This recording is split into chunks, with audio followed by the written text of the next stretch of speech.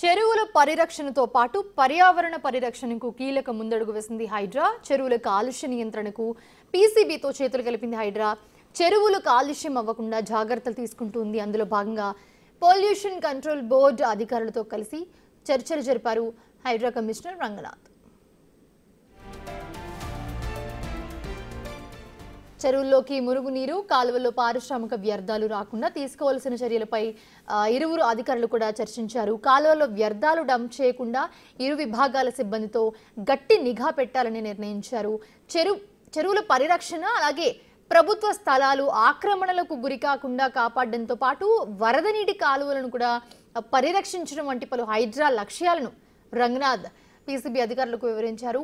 PCB పనితీరును వివరించిన member secretary G Ravi దీన్ని వివరించారు. అయితే సీఎం రేవంత్ రెడ్డి ఆదేశాలతో ఇకపై కలిసి పనిచేయాలని నిర్ణయించారు. స్థానిక నివాసితులు, పర్యావరణవేత్తలు, విద్యార్థులతో చెరువుల పరిరక్షణ కమిటీలను నియమించడం, వారి భాగస్వామ్యంతో కాలుష్యానికి చెక్ పెట్టేలా ప్రణాళికలు వేశారు.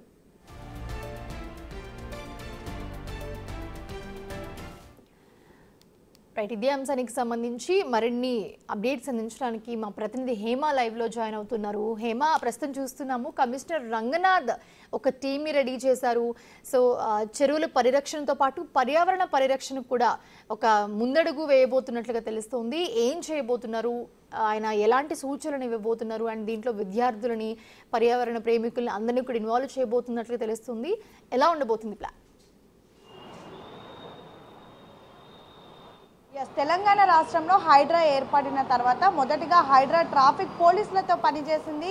ఎక్కడైతే ట్రాఫిక్ ఎక్కువగా ఉందో అక్కడ హైడ్రా టీం కూడా వెళ్ళింది. కానీ ఇప్పుడు ఏకంగా హైడ్రా టీం ఇటు పొల్యూషన్ కంట్రోల్ బోర్డుతో కూడా వర్క్ చేయబోతుంది. దీనికి సంబంధించి నిన్న పెద్ద ఎత్తున పొల్యూషన్ కంట్రోల్ బోర్డులో మీటింగ్ కూడా ఏర్పాటు చేశారు. అటు పొల్యూషన్ కంట్రోల్ బోర్డుకి సంబంధించినటువంటి చీఫ్ శ్రీజీ రవితో పాటు మిగతా టీం మెంబర్స్ అంతా అందరితో పాటు నిన్న హైడ్రా కమిషనర్ రంగనాథ్ సమావేశమయ్యారు. ముఖ్యంగా ఇప్పుడు హైడ్రా ముందున్నటువంటి పని ఏంటంటే ఎక్కడైతే మొత్తం రాష్ట్ర వ్యాప్తంగా ఉన్నటువంటి చెరువులను బ్యూటిఫికేషన్ చేయాలని, వాటికి పునర్జీవనం కల్పించాలని. సో ఈ నేపథ్యంలోనే కొన్ని చెరువులను పైలట్ ప్రాజెక్టుగా తీసుకున్నారు. అందులో ఆల్రెడీ ఆ వర్క్ అనేది కొనసాగుతోంది. అయితే ఒకవైపు చెరువులను పైలట్ ప్రాజెక్ట్ చేసినప్పటికీ కూడా, వాటన్నిటికీ కూడా పునర్జీవనం కల్పించినప్పటికీ కూడా అసలు చెరువుల్లోకి పొల్యూషన్ వాటర్ వెళ్లకుండా, ముఖ్యంగా మనం ఎక్కువగా చూస్తూ ఉంటాం అపార్ట్మెంట్స్ కానివ్వండి, కాలనీస్ కానివ్వండి, లేదంటే విల్లాస్ కానివ్వండి, కమ్యూనిటీ హాల్స్ కానివ్వండి, అదేవిధంగా కంపెనీస్ ఏవైతే ఉంటాయో వాటికి సంబంధించినటువంటి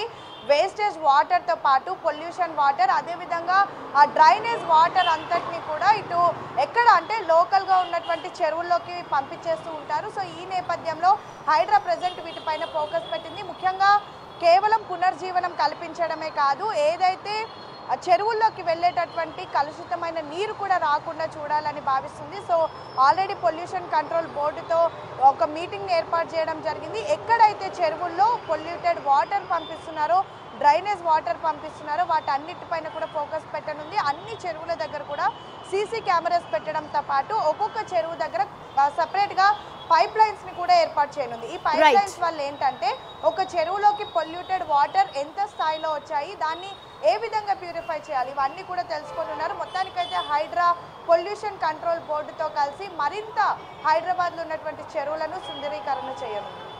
thanks for the updates Hema.